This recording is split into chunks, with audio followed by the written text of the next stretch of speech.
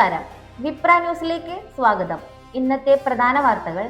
കാസർഗോഡ് നിന്നും തിരുവനന്തപുരത്തേക്ക് വരികയായിരുന്ന Vande Bharat express train railway ട്രാക്കിൽ കുടുങ്ങിയ ഓട്ടോറിക്ഷയിൽ ഇടിച്ചു.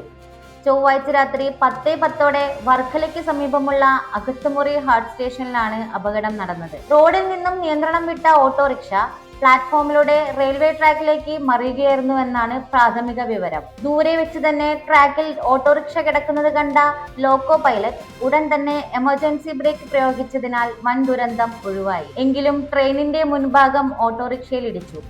ഇന്ത്യയുടെ കരുത്തുറ്റ വിക്ഷേപണ വാഹനമായ LVM-3 അഥവാ ലോഞ്ച് വെഹിക്കിൾ മാർക്ക് 3 ഇന്ന് രാവിലെ ശ്രീഹരിക്കോട്ടയിൽ നിന്ന് വിജയകരമായി കുതിച്ചുയർന്നു.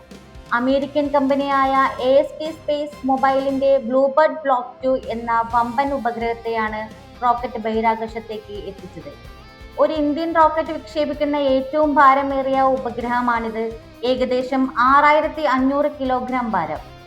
ഈ ഉപഗ്രഹത്തിന്റെ വിക്ഷേപണത്തോടെ മൊബൈൽ ടവറുകളുടെ സഹായമില്ലാതെ തന്നെ സ്മാർട്ട് ഫോണുകളിലേക്ക് നേരിട്ട് അതിവേഗ ഇന്റർനെറ്റ് ലഭ്യമാക്കാനുള്ള സാങ്കേതിക വിദ്യ യാഥാർത്ഥ്യമാക്കും. മലപ്പുറത്ത് ഭൂമിക്കടിയിൽ നിന്ന് വൻ ശബ്ദവും പ്രകമ്പനവും. കോട്ടയ്ക്കൽ വേങ്ങര മേഖലകളിലാണ് ഭൂചലനം അനുഭവപ്പെട്ടത്. ജില്ലയുടെ വിവിധ ഭാഗങ്ങളിൽ ചൊവ്വാഴ്ച രാത്രി വൈകി അനുഭവപ്പെട്ട നേരിയ ഭൂചലനം ജനങ്ങളെ പരിഭ്രാന്തിയിലാക്കി. രാത്രി 11:20 വലിയ മുഴക്കത്തോടു കൂടി പ്രകമ്പനമുണ്ടായത്. കോട്ടയ്ക്കൽ നഗരസഭാ പരിധിയിലും സമീപ പഞ്ചായത്തുകളിലുമാണ് ഭൂചലനം രൂക്ഷമായി അനുഭവപ്പെട്ടത്. അസമിലെ വൻ സംഘർഷം സ്ഥിതിഗതികൾ നിരീക്ഷിച്ച് കേന്ദ്ര സർക്കാർ. സംഘർഷം നടന്ന മേഖലകളിൽ മൊബൈൽ ഇന്റർനെറ്റ് സേവനങ്ങൾ വിച്ഛേദിച്ചത് തുടരാനും നിർദ്ദേശം നൽകി. കർബി ആംഗ്ലോങ്, വെസ്റ്റ് കർബി ആംഗ്ലോങ് ജില്ലകളിലെ കൂടുതൽ കേന്ദ്ര സേനയെ വിന്യസിച്ചെന്നും നിലവിൽ സ്ഥിതിഗതികൾ ശാന്തമെന്നും മുഖ്യമന്ത്രി ഹിമന്ത ബിശ്വ ശർമ്മ അറിയിച്ചു. ഇന്നലെ വൈകുന്നേരമാണ് അസമിലെ 2 ജില്ലകളിൽ ഗോത്രവർഗ വിഭാഗക്കാരും കുടിയേറ്റക്കാരും തമ്മിൽ സംഘർഷമുണ്ടായത്. 10 വർഷത്തെ ഇടവേളയ്ക്ക് ശേഷം കൊച്ചി കോർപ്പറേഷൻ ഭരണം തിരിച്ചുപിടിച്ച UDF-ൽ മേയർ സ്ഥാനത്തെ ചൊല്ലിയുള്ള തർക്കങ്ങൾക്കൊടുവിൽ ധാരണയായി.